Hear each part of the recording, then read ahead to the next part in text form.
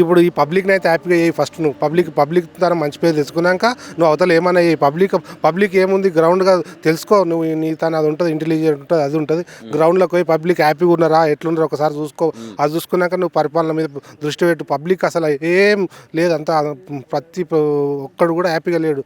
ఎన్ని వచ్చేటి బంద్ అయిపోయినాయి అన్ని. ఏ కూడా రైతు బంద్ వస్తుండే అవి వస్తుండే, రైతులకు ఏది లేదు, అన్ని వచ్చినాయి బంద్ అయిపోయి. ఒక బస్సు తప్పితే ఇంకోటి ఏం లేదు అని చేసింది. అయితేనా ముఖ్యంగా ఏంటంటే అధికార పార్టీలకి జాయినింగ్స్ అవుతూ ఉంటారు. అంటే ప్రతిపక్షం వాళ్ళు ఉన్నోళ్ళు అధికార పార్టీలకి ఏదన్నా ఇట్లా ఏమన్నా అవకాశాలు వస్తాయని చెప్పి జాయిన్ అవుతారు. ప్రభుత్వంలో ఉన్న ఏ ప్రభుత్వం ఉంటే ఆ పార్టీలకు జాయిన్ అవుతారు. ఇప్పుడు ఈ అధికార పార్టీ నుంచి ప్రతిపక్షం వాళ్ళకు జాయిన్ అవుతున్న పరిస్థితి చూస్తున్నాం. నిన్న సొంత కొండారెడ్డిపల్లిలో కొడంగల్ నియోజకవర్గంలో జాయిన్ అయ్యారట. ఇంకా మీ ఊర్లో ఏమైనా జరుగుతున్నాయి ఇలాంటి? ఇప్పుడు జైనింగ్ కోసమే వచ్చినాం కానీ ఇక్కడికి జైనింగే ఉంది కదా ఈరోజు టీఆర్ఎస్ ప్రభుత్వంలో పెద్ద. ఎందుకన్నా విరక్తి వచ్చింది పబ్లిక్ అంతా. ఏం పాలన ఆయన, ఇది కొంత ఘోరం అయిపోయింది, మన చేతులతో మేము చేసుకున్నామని పబ్లిక్ చాలా ఘోరంగా ఉన్నారన్న.